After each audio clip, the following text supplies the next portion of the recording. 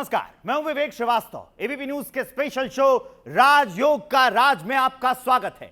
Exit poll देखा, अब देखिए भाग्य की रेखा।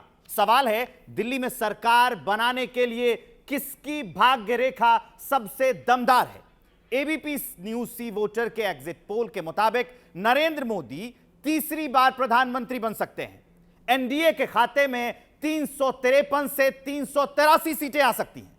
लेकिन ज्योतिष की गणनाओं में किसकी किस्मत चमकने वाली है? अगर नहीं मिला बहुमत तो किसकी चमकेगी किस्मत? क्या अभी राहुल और केजरीवाल प्रधानमंत्री बन सकते हैं? सवाल यह भी है कि भारत के भाग्य में क्या है? कैसे बीतेंगे अगले 5 साल? पड़ोसियों के साथ रिश्ते कैसे रहेंगे? इस बार पीओके भारत में मिला सकती है सरकार? ऐसे तमाम सवालों का ज्योतिष शास्त्र के आधार पर जवाब देने के लिए हमारे साथ 7 ज्योतिषाचार्य हैं जो हर सवाल का जवाब लेकर बैठे हैं। एक बार इनका परिचय आपसे करवाता हूं। हमारे साथ ज्योतिषाचार्य एच.एस. रावत हैं, ज्योतिषाचार्य हमारे साथ राजकुमार शास्त्री हैं, हमारे साथ ज्योतिषाचार्य संजीव शांडिल त्यागी हैं, ज्योतिषाचार्य राजकुमार चंद्रशेखर शास्त्री हैं और हमारे साथ ज्योतिषाचार्य अनिल वत्स हैं, हमारे साथ ज्योतिषाचार्य सुभेश शर्मन हैं और ज्योतिषाचार्य अश्विनी सहगल हैं। अब चलिए इन्हीं से आपके उन सारे सवालों के जवाब जानेंगे जो आपके मन में चल रहा है। और सबसे पहला सवाल कि प्रधानमंत्री कौन बन सकता है? नमस्कार। मेरी नज़र में माननीय वर्तमान प्रधानमंत्री मोदी जी कि तीसरी बार प्रधानमंत्री बनने के ज़बरदस्त संभावना है। इसका एक ही कारण है जो मुझे समझ में आ रहा है, सबसे इम्पोर्टेंट, कि उनकी वृश्चिक राशि है और वृष राशि में राज दरबार के स्वामी ग्रह सूर्य देवता, साथ में बुध देवता, राशि शुक्र देवता और बुध देवता वहाँ पे विराजे हैं। और जो उनके लग्नेश मंगल हैं वो मेष राशि में बैठकर 8वीं दृष्टि से लगन को पूर्ण दृष्टि से देख रहे हैं। तो लगन और राशि और लग्नेश पूरी तरीके से प्रशस्त हैं। तो इसलिए पूरी संभावना है कि भाजपा माननीय प्रधानमंत्री नरेंद्र मोदी जी के नेतृत्व में तीसरी बार पूर्ण बहुमत की सरकार इस बार बनाएगी। आप ये कह रहे हैं कि मंगल है तो सब मंगल मंगल होगा? मंगल के अलावा वृष राशि में 4 ग्रह बैठे हैं जो कि उनकी राशि और उनके लगन को देख रहे हैं। तो राशि, लगन, लग्नेश तीनों प्रशस्त हैं। तो पूरी तरह संभावना ये है कि इस बार नरेंद्र मोदी जी तीसरी बार फिर से सरकार में प्रधानमंत्री के रूप में आ रहे हैं। जी, इसमें कोई शक शुबा तो नहीं है? देखिए विवेक जी, आपने जो सरकार की बात पूछी है तो सबसे पहले मैं नरेंद्र भाई मोदी जी की कुंडली की बात करता हूं। और नरेंद्र भाई मोदी की कुंडली को देखने के बाद लघु जातकम का एक श्लोक मुझे याद आ रहा है कि पक्षे सिते भवति जन्म यदिक छपायाम कृष्णे तथा हनि शुभा शुभ दृश्यमानः तम चंद्रमा रिप विनाश गतोप यत्नात् आपत सुरक्षति पितेव शिशुम न हंति। जिस प्रकार से पिता अपनी संतान की हर संभव रक्षा करता है, उसी प्रकार से भाग्य भाव का जो स्वामी चंद्रमा है, जो कि लग्न में जाकर के मित्र मंगल के साथ में नरेंद्र मोदी जी की कुंडली में स्थित है, वह सर्वदा सर्वकाल मोदी जी की रक्षा उसी प्रकार करता रहेगा, सम्मान और शासन की शक्ति देता रहेगा जिस प्रकार हर संभव पिता अपने पुत्र को चरम सीमा पर जाते हुए देखना चाहता है। इसलिए मोदी जी के अलावा और कोई ऐसा व्यक्ति नहीं है जो कि इस समय शासन को संभाल सके। दूसरा कारण एक और भी है कि मोदी जी की कुंडली में उनका जो जन्म है वह शुक्ल पक्ष का है और शुक्ल पक्ष में ही अनुराधा नक्षत्र में उनका जन्म है। और अनुराधा नक्षत्र का संबंध डायरेक्ट श्री राधा रानी जी के साथ में है। जब तक मथुरा का मंदिर नहीं बन जाएगा तब तक मोदी जी प्रधानमंत्री बने रहेंगे। आप इससे जोड़ रहे हैं, नक्षत्र से जोड़ रहे हैं मंदिर को बनाना? वेद में प्राचीन परंपरा यह है कि फलादेश कुंडली का नक्षत्र के माध्यम से होता था, ग्रहों का फलादेश बहुत बाद में आया है। ठीक है, अगर सरकार बनती है, इन्होंने जैसे बताया कि प्रधानमंत्री नरेंद्र मोदी कुंडली में योग हैं, तो आप मुझे बताइए कि सीटें कितनी आ सकती हैं? विवेक जी, पहले तो मैं ये बताना चाहता हूँ सभी को, नरेंद्र मोदी जी का मुकाबला करना उनकी कुंडली के हिसाब से बड़ा मुश्किल है। उनकी जो कुंडली है वो वृश्चिक लगन की और वृश्चिक राशि की है, यानी हमेशा उनके पास डबल राजयोग मिलता है। गोचर के अंदर उनके पास इस समय डबल राजयोग है। एक तो मालव नाम का महापुरुष राजयोग है और दूसरा शनि का सच नाम का महापुरुष राजयोग है, और 2 केंद्र त्रिकोण राजयोग इस समय बने हुए हैं। और जो नरेंद्र मोदी जी के रथ को कोई रोकने वाला नहीं है, तो उसका कारण है कि उनकी 16 कुंडलियों में, यानी जो 16 कुंडली हैं उनमें से 13 कुंडलियों के अंदर मंगल लगन में केंद्र के अंदर ही बैठा हुआ है। उनकी 10 आप वृश्चिक का जिक्र कर रहे हैं, इसका मतलब वो अपने विरोधियों को टिकने नहीं देंगे अपने। मैं कहता हूं कोई टिक ही नहीं सकता। उनकी 10मांश जो कुंडली है, जो हमेशा राज सिंहासन को लेकर के चलते हैं, उसमें उनका इंद्र नाम का राज सिंहासन का योग बना हुआ है, और उसमें भी मंगल बैठे हुए हैं। तो सीटें कितनी? सीटें अप्रोक्सीमेट जितनी हैं उसके आसपास ही रहने का योग बनता है। कितनी? जितना ये दावा कर रहे हैं उतना, या फिर जितनी अब की बार है? जितना कर रहे हैं उतना तो नहीं आएगा, क्योंकि सच्चाई पे हमें रहना चाहिए। हमें ज्योतिष के आंकड़े हमारे पास एक्यूरेट नहीं है, इसलिए उसकी एक्यूरेट गणना हमारे लिए बड़ा संभव होता है। लेकिन जो वो कह रहे हैं उतना नहीं, लेकिन सरकार बनेगी। सरकार बन जाएगी, सरकार बन जाएगी। चंद्रशेखर जी, क्या लगता है अब की बार कि सरकार बनेगी तो कितने से बनेगी? देखिए, नरेंद्र मोदी जी सरकार बना रहे हैं, और ये सरकार जो है भारतीय जनता पार्टी लगभग 337 प्लस माइनस 32 सीटें लेकर आ रही है। एक बार अंडरलाइन कर रहा हूं मैं, 337 प्लस माइनस 32, ये भाजपा के लिए है। तो जो उनका 370 का आंकड़ा है, वहाँ तक वो पहुँच सकते हैं, और वो पूर्ण बहुमत से सरकार बनाएंगे। और इस बार जो सरकार बन रही है, वो एक तरह से समझिए कि एक युग परिवर्तनकारी योग की सरकार बन रही है। क्यों? क्योंकि जो गोचर है वो बहुत पूरी तरह से आवेश का गोचर है, और आवेश के गोचर में आप जब भी सरकार बनाएंगे या कोई भी कार्य करेंगे तो वो पूर्ण गति से वेग युक्त होगा, और जो वेग युक्त कार्य होगा वो निश्चित रूप से एक धुरी बनाएगा, दूसरों को मार्ग दिखाएगा, और भारत विश्व गुरु बनेगा, और इसकी क्षमताओं में परिवर्तन आएगा। और कैसा अच्छा परिवर्तन? की निश्चित रूप से अच्छा परिवर्तन आएगा, लेकिन सरकार बनाने के बाद जो योग बन रहे हैं वो योग थोड़े विस्मयकारी हैं। इंडिया गठबंधन के खाते में कितनी सीटें जाती दिख रही हैं आपको ज्योतिषीय गणना के अनुसार? इसके इंडिया गठबंधन के खाते में देखिए, इंडिया गठबंधन की अगर हम बात करें तो उसके लिए पहले नरेंद्र भाई और भाजपा की बात करना बहुत ज़रूरी है। नरेंद्र भाई मोदी की जन्मपत्री में, मैं आऊँगा आपके सवाल पे, सबसे पहले अनुराधा नक्षत्र। पराशर ऋषि कहते हैं जिस नक्षत्र में कोई व्यक्ति जन्म ले, यदि उस नक्षत्र का स्वामी कुंडली के 10वें भाव में हो तो वो व्यक्ति विशिष्ट होता है, अपने जीवन में समृद्धि और ऐश्वर्य को धीरे धीरे चलता हुआ राजतुल्य ऐश्वर्य पाता है। दूसरी बात, इनकी जन्मपत्री में पोषक ग्रह समझना बहुत जरूरी है। ये ना भूतो ना भविष्यति, किसी की जन्मपत्री में मैंने नहीं देखा। देखिए, इस वक्त मंगल की महादशा में शनि का अंतर, जहां तक सवाल है, देखिए इनकी पत्री में बड़े दुर्लभ योग हैं। उन योगों के अंदर रुचक योग, मंगल स्वक्षेत्री और चंद्रमा भाग्येश होकर लगन में 2 कुंडलियों के राजयोग इन्हें मिल गए। दूसरी बात, इनकी पत्री में पोषक ग्रह, पोषक ग्रह उसे कहते हैं, पराशर ऋषि कहते हैं, यदि कोई पोषक ग्रह के योग में पैदा हो जाए वो व्यक्ति एक राजा जन्म लेता है। यानी 2014 में बने, 2019 में बने, 2024 में मंगल में शनि बनाने जा रहा है। अब इंडिया गठबंधन पर बोल लीजिए गुरुदेव। चौथे राजयोग को कैसे छोड़ दूं जो महत्वपूर्ण बना हुआ है, क्योंकि ये है ही नहीं किसी की जन्मपत्री में। अब आप देख लीजिए, चंद्रमा से देख लीजिए, चंद्रमा की उच्च राशि वृषभ, उसका स्वामी शुक्र केंद्र में, चंद्रमा की नीच राशि वृश्चिक, उसका स्वामी मंगल लगन में। 4 पोषक ग्रहों के राजयोग लेके ये बैठे हैं।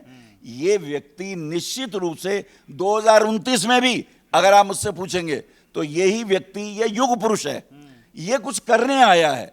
इनके ऊपर सप्तऋषियों की कृपा है। आपका सवाल पूरा कर दूं, 100 से 105 या 110 के अंदर, इससे ज्यादा नहीं। ये एग्जिट पोल देख के कि गणना है?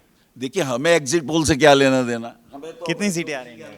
देखिए, ऐसा है कि सीटों की गणना के लिए एक परफेक्ट सब लोगों की कुंडलियों की आवश्यकता होती है, और आजकल जो सोशल मीडिया पर जितनी कुंडलियां उपलब्ध हैं, वो कितनी प्रामाणिक है ये भी अभी हम नहीं कह सकते। जहाँ तक सरकारों की बात कर सकते हैं तो 2014 में एक कार्यक्रम था जिसमें बहुत सारे भारत के प्रबुद्ध ज्योतिषी थे। उस समय भी बहुत डिस्कशन हुआ, तो ये कहा गया था कि नरेंद्र भाई मोदी 3 बार प्रधानमंत्री बनेंगे, और आप प्रत्यक्ष उसको देख सकते हैं, वो तीसरी बार प्रधानमंत्री बनने जा रहे हैं। इसका कारण आप विचार करिए, हमारे यहाँ अधिकतर जो प्रधानमंत्री बने हैं वो शनि की 7.5 में बनते हैं, या जिनको डबल चल रही होती है उनके लिए ज़्यादा मजबूत स्थिति होती है। जहाँ तक हम नरेंद्र भाई मोदी जी की बात करते हैं तो नरेंद्र भाई जी मोदी जी की जन्मपत्री के आप कारण देखिए, वृश्चिक नहीं, शासन न्याय का देवता है, और ये जो वर्ष है ये मंगल का वर्ष है। यहाँ तो सेनापति राजा बनने जा रहा है। 8 नंबर से प्रश्न नहीं है, प्रश्न हम वर्ष के राजा और वर्ष के मंत्री की बात कर रहे हैं। तो जो वर्ष का राजा है वो मंगल बन गया है, तो मंगल जब राजा की स्थिति में है तो वो अपने राज्यों को और प्रबल करेंगे।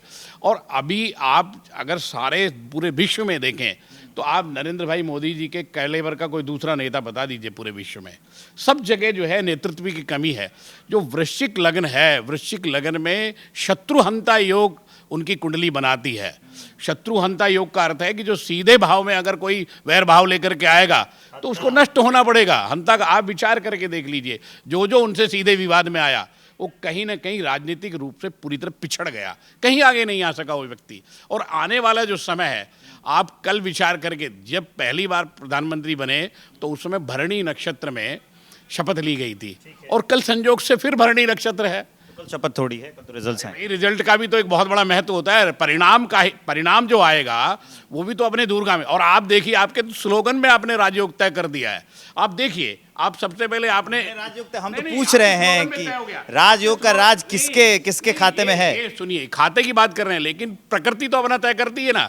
प्रकृति ने ये क्रम क्यों तो सब तय कर रखा प्रकृति है। ने ये कैसे राहुल का क्या तय कर रखा है प्रकृति ने? क्या लगता है आपको, राहुल की कुंडली में किस तरह के योग हैं? क्या राजयोग है या नहीं, उनकी कुंडली में राजयोग नहीं है, और प्रधानमंत्री भी नहीं वो बन सकते राहुल जी। और इनका मैंने नरेंद्र भाई मोदी जी का देखा था, तो उसमें जो वर्षफल है उनका वो बहुत बढ़िया है, क्योंकि उसमें जो मुंथा है वो 6ठे घर में है, और मुंथा का जो स्वामी है बृहस्पति वो 10वें भाव में है। तो 10वां भाव उनको प्रसिद्धि दिलाता है। तो पूरे विश्व में उनकी इतनी प्रसिद्धि है कि जिसकी वजह से सारे लोग उनको चाहते हैं। तो इसी वजह से वो बनेंगे और भारत को विश्व गुरु की स्थिति में लेके आएंगे। तो इस तरह से, लेकिन जहाँ तक राहुल जी की बात करें, राहुल जी की जन्मपत्री में सूर्य इतना ज़्यादा स्ट्रांग नहीं है। तो स्ट्रांग सूर्य ही प्रधानमंत्री पद पर लेके जाता है, स्ट्रांग सूर्य ही बहुत आगे तक लेके जाता है। तो वो कांग्रेस को ही नहीं बढ़ा पाई इतना ज़्यादा जितना होना चाहिए था। उपाय भी बता दीजिए, सूरज को जल देना चाहिए उनको, है ना? अनिल वत्स जी, राहुल कभी नहीं बन पाएंगे क्या? देखिए, वो राजा के घर में जन्म ले लिया, उनका यही एक राजयोग है, लेकिन क्या प्रधानमंत्री बनेंगे? वो तो राजभोग हुआ ना, राजा के घर में जन्म लेके तो फिर राजभोग कर रहे हैं, राजयोग तो आया नहीं। ये भोग तो तब करेंगे ना जब राजा बनेंगे। वही पूछ रहा हूँ, बनेंगे नहीं बनेंगे? नहीं, वो उनकी पत्री में कोई चांस नहीं है। देखिए, मैं बताता हूं, मैं ईमानदारी से बताता हूं, उनकी जन्म पत्री में जो लग्नेश शनि है उसकी अगर आप स्थिति देखेंगे, वो 4th भाव में नीच का है। सबसे पहली बात, उनके ऊपर दशा चल रही है 11-10-24 तक मंगल में राहु की, और मंगल की स्थिति देख लीजिए, मंगल एक त्रिखड़ाए उनके 11वें भाव का स्वामी है। और मंगल की स्थिति यह है कि मंगल 6ठे भाव में सूर्य के साथ है।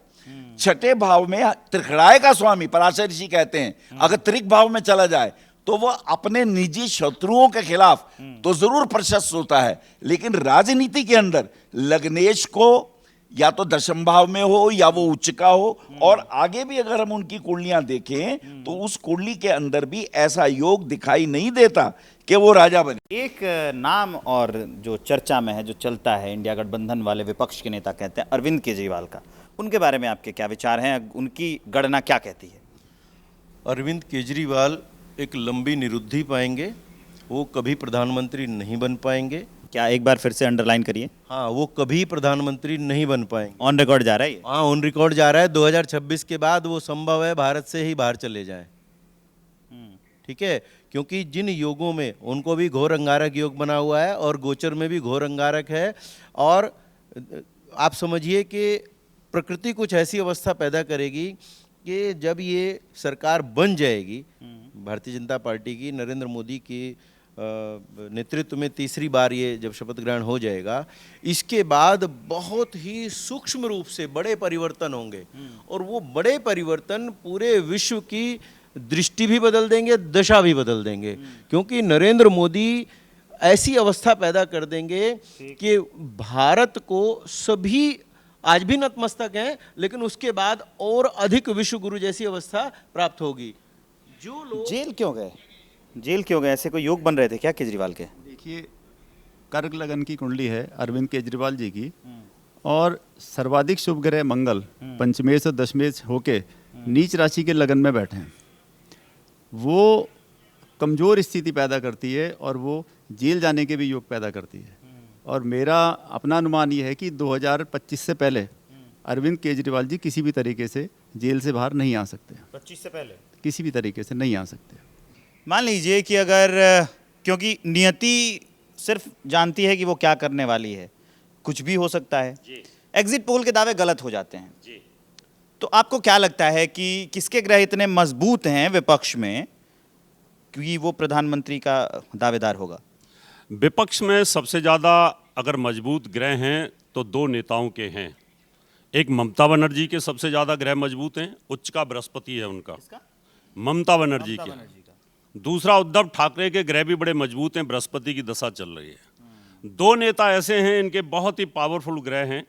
इस समय वो जो टक्कर दे रहे हैं वो सिर्फ नरेंद्र मोदी जी को टक्कर दे रहे हैं। लेकिन मोदी जी की कुंडली के अंदर, जैसे मैंने कहा कि 13 कुंडलियों के अंदर मंगल नवांश में, दृष्कांड में, दशमांश में पावरफुल है, तो मंगल का तो सेनापति होता है, उसके सामने तो कोई रोक नहीं पाता। इसलिए ये दो नेता ऐसे हैं जो टक्कर दे सकते हैं उनको, उनसे बचाव करने की जरूरत है। और रही केजरीवाल की बात, नहीं केजरीवाल पर नहीं, अभी मैं एक मिनट बोलना पड़ेगा मुझे, क्योंकि सभी यहाँ छोटा रख- बैठे हैं, छोटा ही बोलता हूँ। ज्योतिषी को निष्पक्ष होकर के बोलना चाहिए, क्योंकि ज्योतिष गणित का आधार है।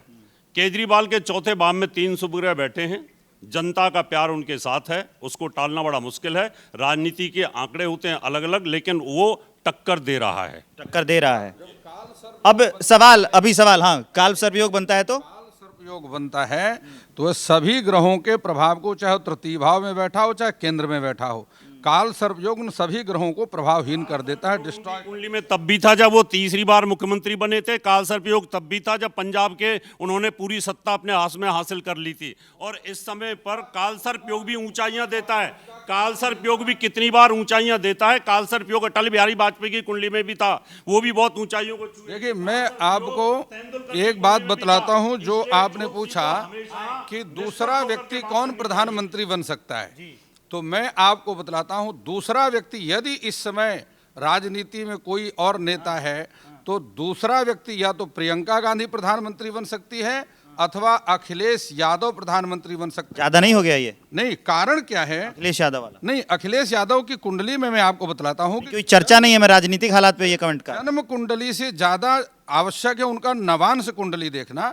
अखिलेश यादव की कुंडली में बुध उच्च का है, शुक्र नीच का है, राजभंग योग का निर्माण करता है, और दूसरी बात शनि उच्च का है और चंद्रमा कर्क राशि। तो इस प्रकार की ये जो 4 ग्रहों के योग बनते हैं। और सबसे बड़ी बात है कि कुंडली में 10th भाव से राजनीति का विचार किया जाता है। अखिलेश यादव की 2 कुंडलियां उपलब्ध हैं, एक वृश्चिक लग्न की, एक कन्या लग्न की। वृश्चिकोदय संजाता नीतिवान धनवान सुधी, कुल मध्य प्रधानश्च प्राज्ञा सर्वस्व पोषका। दशमेश का कुंडली में बहुत इंपॉर्टेंट रोल होता है। दशमेश मंगल इस कुंडली के अंदर सर्वाधिक शुभ होता है, योग कारक होता है, और वो नीच राशि का होकर लगन में बैठा है। तो मेरा नहीं ख्याल कि कभी भी अरविंद केजरीवाल जी प्रधानमंत्री बन पाएंगे। सर मुझे ये बताइए, ओवरऑल मैं आ रहा हूं आपके पास भी आऊंगा, कि इंडिया गठबंधन में आपको कौन सा नेता जिसके ग्रह सबसे ज्यादा प्रबल लगते हैं कि वो प्रधानमंत्री का दावेदार हो सकता है, अगर नियति को कुछ और मंजूर हुआ तो, जो हम कह रहे हैं कि एग्जिट पोल के दावे गलत हो जाए? देखिए, पहले तो मैं ये बता दूं आपको, एग्जिट पोल का तो मुझे पता नहीं उन्होंने किस तरह से गणना की है, लेकिन मुझे ये पता है कि नरेंद्र मोदी की कुंडली इतनी प्रबल है कि मैं पूछ रहा हूं, इंडिया गठबंधन के कोई नेता की कुंडली क्या आपको इतनी प्रभावशाली लगती है कि उनके कोई ग्रह 2024 में उनको प्रधानमंत्री बना दे? ऐसी किसी की भी कुंडली नहीं है। नहीं लगती? नहीं है किसी की कुंडली। आपको लगती है? बहुत महत्वपूर्ण प्रश्न है आपका, और ये सच है प्रश्न मैं महत्वपूर्ण ही करता हूं, तो उत्तर भी महत्वपूर्ण ले लो। जल्दी। ममता बनर्जी की जन्मपत्री बहुत दमदार है, इसमें कोई दो राय नहीं है। और ममता बनर्जी से आ गए। और एक चीज और, केजरीवाल पर भी बोलना चाहता हूं, महत्वपूर्ण है ये व्यक्ति। इस व्यक्ति की कुंडली में बृहद जातक यवन के अनुसार, मैं खास बात बोलने जा रहा हूं, इनकी जब आप पार्टी बनी थी तो उसमें इनका जो लग्नेश था, समझ गया, चर लगन था ये। चर लगन के अंदर जो 11वें भाव का स्वामी होता है वो बादकेश होता है। ठीक है। जो जेल योग बनाता है वो इनके 12वें भाव में है। एक बात, ये एक योग है ये। अब हम आए अरविंद केजरीवाल की कुंडली में, मेरे पास इनकी कुंडली सिंह लगन की है। ठीक है। और मुझे नहीं पता ये आंकड़े कितने सही हैं, मैं पहली बात ये कह दूं। अब इनकी कुंडली जो है, ध्यान से सुनो, ये है इनका स्थिर लगन। स्थिर लगन के अंदर जो नवमेश होता है वो बादकेश होता है। अब इनका नवमेश, इनकी जो आप कुंडली है उसका भी बादकेश 12वें भाव में है, और अरविंद केजरीवाल की कुंडली में नवमेश मंगल नीच का होके 12वें भाव में सूर्य के साथ है। ये एक बहुत जीनियस समझदार व्यक्ति है। लेकिन देखिए, या मति सा गति, अब वो व्यक्ति किस प्रकार से निर्णय ले। महाभारत में भी ये हुआ था, द्रोणाचार्य भी थे, भीष्म पितामह भी थे, लेकिन उनकी मति कहां थी, वैसी उनकी गति हुई। लगता है आपको कोई इंडिया गठबंधन में नेता है ऐसा? इंडिया गठबंधन में प्रियंका जी हैं, क्योंकि उनकी सूर्य की महादशा चल रही है, तो इस वजह से सूर्य उनका प्रबल है और इस वजह से वो आ सकती है। लेकिन नरेंद्र भाई मोदी जी की जो कुंडली है वो बहुत ज़्यादा पावरफुल है, वो हार ही नहीं सकते। अब यहां पर एक और सवाल बनता है कि आखिर किसके ग्रह ऐसे हैं गठबंधन में कि अगर बहुमत नहीं मिलता है तो वो पलटी मार जाएगा? जी, इसमें लोक जन पार्टी जो है वो चिराग पासवान वाली? जी हाँ जी, आपको लगता है? वो लगता है मुझे, क्योंकि वो जिस की सरकार बनने जा रही होगी ना, उसी पार्टी में वो लोग आ जाते हैं हमेशा, तो वो पलटी मार सकते हैं। आपको लग रहा है गठबंधन का कटप्पा कौन? देखिए, अगर हम पर्टिकुलर किसी की बात करें तो अभी इस स्थिति में ही लोग नहीं आएंगे कि वो कहीं पलटी मार सकें, क्योंकि स्पष्ट रूप से सरकार बनने जा रही है। वहाँ पलटी का योग राजयोग कुछ काम आने वाला है नहीं। मेरे पास अरविंद केजरीवाल की पत्री है। इनकी पत्री में एक खास बात बता देता हूं। मतलब आप प्रमाणित करेंगे कि अरविंद केजरीवाल पलट सकते हैं? नहीं करते, हम पे तो ये भी नहीं पता ये पत्री सही भी है कि नहीं। मतलब जो पब्लिक डोमेन में जो जानकारियां हैं हमारे पास तो नहीं, मेरा उनसे व्यक्तिगत कुछ भी नहीं है। मुझे इतना पता है कि उनकी पत्री में चंद्र शनि का योग 9वें भाव में है, इसे विष योग कहते हैं। विष में से अमृत कैसे निकाला जाए, ये उनकी चतुराई भी है। पर अगर अमृत ना निकले तो बात उल्टी भी हो जाती है। देखिए, हम चर्चा करें। केजरीवाल की पत्री ऐसी है, समय को देख के बहुत चतुर खिलाड़ी हैं ये, एकदम। ये इतने चतुर खिलाड़ी हैं कि अगर या मति सा गति, अगर इनके ऊपर दशाएं महादशाएं अनुकूल होती, सर्प दृष्टि का नहीं होता। इनकी पत्री बहुत दमदार है। ये जिनके लगन में गुरु और शुक्र है, देखिए सिंह लगन में गुरु पंचमेश होकर बहुत कीमती योग बना। कौन दगाबाजी करेगा? पलटी के योग भी उतने ही। देखिए, भारत की कुंडली वृषभ लग्न की है और मंगल की उसकी महादशा उस दृष्टि से चलती है। हमारे होने वाले प्रधानमंत्री नरेंद्र मोदी का लग्न ही वृश्चिक का है, मंगल का लग्न है। उनके योग इतने प्रबल हैं कि गठबंधन ही नष्ट हो जाएगा। शत्रुघ्न। ममता बनर्जी की होरोस्कोप ऐसी है, मेष लगन की है, उसमें चौथे घर के अंदर बृहस्पति देवता पंच महापुरुष योगों में से एक हंस योग बना रहे हैं। 7वें घर में शनिदेव तुला राशि में बैठकर शश नामक महापुरुष एक योग बना रहे हैं। तो ममता बनर्जी की कुंडली ऐसी है, वो थोड़ी सी मजबूत है। लेकिन अगर उनके भाग्य स्थान को देखते हैं तो उसमें सूर्य बुध के साथ राहु देवता बैठ गए। वो उनको मजबूत होने के बावजूद भी प्राइम मिनिस्टर की जो वो पोस्ट है वो ममता बनर्जी को कभी नहीं मिल सकती। अब एक बड़ा सवाल ये है आप सब लोगों से कि अगले 5 साल में जो ज्योतिषीय गणना कहती है कि भारत में कौन कौन से बड़े फैसले लिए जा सकते हैं? देखिए, इसमें कोई दो राय नहीं है। नरेंद्र मोदी जी की और इसके साथ साथ एक और चीज जोड़ देता हूं मैं, क्या किसी बड़े नेता को जेल जाना पड़ सकता है क्या? देखिए, जो नरेंद्र मोदी जी हैं, उनकी कुंडली के अनुसार वो ब्राह्मण वर्ण की राशि और ब्राह्मण वर्ण की लगन में पैदा हुए हैं। वो बड़े विद्वान आदमी हैं, वो नाजायज किसी को जेल भेजेंगे नहीं। जो गलत काम करेगा वही जेल जाने वाला है। एक बड़ा सवाल है कि क्या तीसरी बार जब मोदी प्रधानमंत्री बनेंगे तो पीओके भारत का हिस्सा होगा, इसकी गणना क्या कहती है? बिल्कुल, पाकिस्तान के टुकड़े होने के योग ये नरेंद्र मोदी जी के बिल्कुल ब्रेन में रहेगा।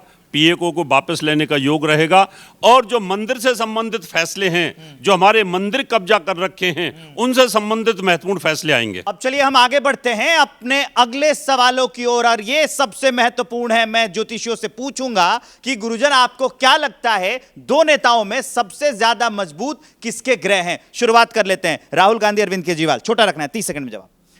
देखिए, अरविंद केजरीवाल की कुंडली राहुल से अच्छी है और लेकिन जो मैंने आपसे जैसे बताया था, जिस प्रश्न पर मैं कह रहा था, अभी जो योग चल रहा है एक बारहस्पत्य संवत्सर की दृष्टि से अगर हम देखते हैं तो नरेंद्र मोदी 41वें संवत्सर प्लवंग नाम के संवत्सर से भारत में सत्ता में आए हैं। और जो संवत्सर 62 से 72 के बीच एक्टिव थे, वही संवत्सर अब 24 से 32 के बीच एक्टिव होंगे। तो ऐसे में वैश्विक तौर पर और विशेषकर भारत में युद्धों जैसे हालात होंगे। नरेंद्र मोदी अब्राहम लिंकन सिद्ध हो सकते हैं। जैसे अब अमेरिका के राष्ट्रपति अब्राहम लिंकन का कार्यकाल था, तो नरेंद्र मोदी का ये कार्यकाल अब्राहम लिंकन जैसा होगा। नरेंद्र मोदी, योगी आदित्यनाथ, ममता बनर्जी। छोटा छोटा कमेंट तीनों पर कि सबसे प्रबल योग किसके हैं? देखिए, सबसे प्रबल योग तो नरेंद्र मोदी जी के हैं। उसके बाद सेकंड नंबर पे जो यूपी के चीफ मिनिस्टर हैं योगी आदित्यनाथ, सिंह लगन के हैं। और लग्नेश दशम हाउस में सूर्य देवता और साथ में शनि देवता, बुध देवता, तीनों इकट्ठे होकर बैठे हुए हैं। तो सब साथ में पंचम भाव में स्वराशि के बृहस्पति देवता भी बैठे हुए हैं। तो नरेंद्र मोदी जी के बाद पूरे भारत में किसी भी नेता की कुंडली अगर मजबूत है, महादशा और अंतरदशा के हिसाब से भी देखा जाए, तो आगे आने वाले टाइम में सबसे मजबूत राजनेता के रूप में अगर कोई उभरेगा, मैं इसलिए नहीं कह रहा वो बीजेपी के हैं, वो मैं पूरे राष्ट्र की बात कर रहा हूँ, अगर कोई नेता उभरेगा तो वो माननीय मुख्यमंत्री योगी आदित्यनाथ जी होंगे। अखिलेश और योगी आदित्यनाथ में आपको कौन लगता है? अखिलेश जी और योगी आदित्यनाथ में कोई कंपैरिजन नहीं है अगर ग्रहों की मजबूती के हिसाब से देखा जाए। एक और कमेंट आपसे चाहूँगा, नीतीश कुमार और तेजस्वी में कौन लगता है? नहीं, देखिए, नीतीश कुमार की कुंडली में राजयोग, प्रबल राजयोग है, इसमें कोई संदेह नहीं। एक आपकी शंका का मैं समाधान कर दूं आपके चैनल के माध्यम से, चूँकि जिस प्रकार से नरेंद्र भाई मोदी जी की दो डेट ऑफ बर्थ मिलते हैं, एक 29 अगस्त का मिलता है, एक 17 सितंबर का मिलता है। यहाँ मैं उसके आधार पर कह रहा हूँ कि मुझे नरेंद्र भाई मोदी की कुंडली में इतना प्रबल योग नहीं लगता कि प्रधानमंत्री हटेंगे नहीं, लेकिन उनकी साधना और उनका तप उनको प्रधानमंत्री, उनकी कुंडली नहीं बना रही, प्रकृति उनको कुंडली जो है प्रधानमंत्री बना रही है, और प्रकृति के कारण ही और देश के प्रधानमंत्री बने हुए। ममता बनर्जी, शुभेंदु अधिकारी, दोनों में कितने प्रबल योग हैं ग्रहों के? अंदर शुभेंदु अधिकारी और ममता बनर्जी की कुंडली के अंदर ममता बनर्जी की कुंडली बड़ी पावरफुल है, उनके सामने वो कहीं नहीं टिकते। अमित शाह और मल्लिकार्जुन खड़गे। देखिए, अमित शाह की कुंडली बहुत प्रबल है और उनको स्वास्थ्य कारणों से 2026 के आसपास पद छोड़ना पड़ सकता है। हाँ, हाँ। शरद पवार या अजित पवार? देखिए, समय तो इस वक्त शरद पवार तो एक चाणक्य हैं, बड़े धुरंधर व्यक्ति हैं, सुलझे हुए व्यक्ति हैं। वो कब फैसला क्या ले लेंगे ये तो बहुतों की समझ में ही नहीं आता, वो क्या करने वाले हैं। लेकिन समय की बहुत बड़ी बात है। अब आयु, वय, प्रकृति को देखते हुए अब जब अजीत पवार की हम बात करते हैं, अब ये देखना पड़ेगा किसके ऊपर किसका आशीर्वाद है। तो इन दोनों की कुंडलियों को अगर हम देखें तो शरद पवार की कुंडली बहुत दमदार है, वो मामूली नहीं है। लेकिन समय इस वक्त अजीत पवार के लिए पक्ष में जाता दिखाई दे। शरद पवार और उद्धव ठाकरे की अगर बात करें तो? जी, शरद पवार और उद्धव ठाकरे में शरद पवार जी की कुंडली बहुत ज़्यादा महत्वपूर्ण है और उनके योग भी बहुत अच्छे हैं, लेकिन 2026 में उनको मार्केश लगने वाला है, तो मार्केश की वजह से वो बहुत ज़्यादा कुछ नहीं कर पाएंगे। लेकिन उनकी कुंडली और ग्रह की बात करें तो ग्रह उनके बहुत मजबूत है। उद्धव ठाकरे और एकनाथ शिंदे, उसमें एकनाथ शिंदे की कुंडली। तो हमने 7 ज्योतिषियों से चर्चा की कि आखिर किस नेता के ग्रह कितने प्रबल हैं, आने वाले दिनों में भारत में कौन से बड़े फैसले हो सकते हैं, आगे का भविष्य क्या कहता है, किस नेता के ग्रह क्या कहते हैं, इस पर बड़ी सार्थक चर्चा हुई। और जो हमने चर्चा की है ये आने वाले 2 दिनों में सब कुछ पता चल जाएगा, सब सामने आ जाएगा। 4 तारीख को रिजल्ट्स आने हैं, वो भी सबके सामने होगा। लेकिन नियति के बारे में कहा गया है, विधि के बारे में कहा गया है, सुनहि भरत भावी प्रबल, बिलखि कहे मुनिनाथ, हानि लाभ जीवन मरण, यश अपयश विधिहात। यहां रुकेंगे एक छोटे से ब्रेक के लिए।